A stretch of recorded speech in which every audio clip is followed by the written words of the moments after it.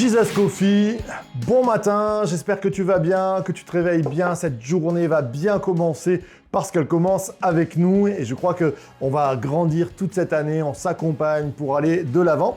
Alors pour commencer cette bonne semaine, cette thématique du jeûne et prière, nous commençons à l'église Source de Vie une semaine de jeûne et prière, un temps de mise à part, un temps où déjà tous les soirs, du lundi au vendredi à 19h, nous allons avoir des temps de célébration, d'adoration, de louange, de prière, de mise à part. Et en même temps, dans nos vies, certains vont sauter un repas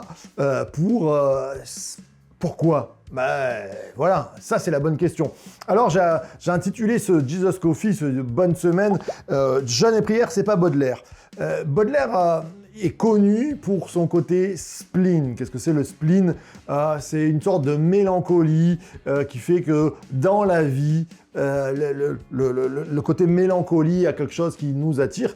Et d'ailleurs, il s'était inspiré, on pense, de Chateaubriand, qui était un chrétien et qui écrivait sur les chrétiens en disant « Le chrétien se regarde toujours comme un voyageur qui passe ici-bas dans une vallée de larmes et qui ne se repose qu'au tombeau. » Et Baudelaire, lui, va mettre en place une poésie ou le spectacle vivant de la tristesse. Et je crois que je croise des gens qui souvent me parlent de jeûne et prière et ils sont tristes. On va jeûner et on va prier. Ça va être dur. Ou de l'autre côté, comme le spleen de Baudelaire, on a ou la tristesse ou on a l'ivresse. C'est-à-dire qu'on va tellement mal qu'on va vers l'ivresse. Et quelquefois aussi, le jeûne et prière est pris comme une sorte d'ivresse, de transcendance. On ne va pas manger, alors on va avoir des visions, et puis on va se rapprocher de Dieu. Et je ne crois pas que la base du jeûne et prière soit ça. Pour moi, la base du jeûne et prière, c'est la joie, c'est la fête. Vous allez me dire, tiens, mais pourquoi ? Parce que, en fait, c'est arrêter un repas, c'est se priver d'un repas pour passer du temps avec Dieu. Quelquefois, les amoureux sont tellement amoureux qu'ils ne mangent pas. On dit ils vivent d'amour et d'eau fraîche parce qu'ils ont envie de passer du temps les uns pour les autres. Quelquefois, on coupe tout pour prendre des temps avec des amis. Eh bien, le jeûne et prière, c'est une fête où, dans nos cœurs, on coupe tout, on prend du temps avec Jésus, notre ami.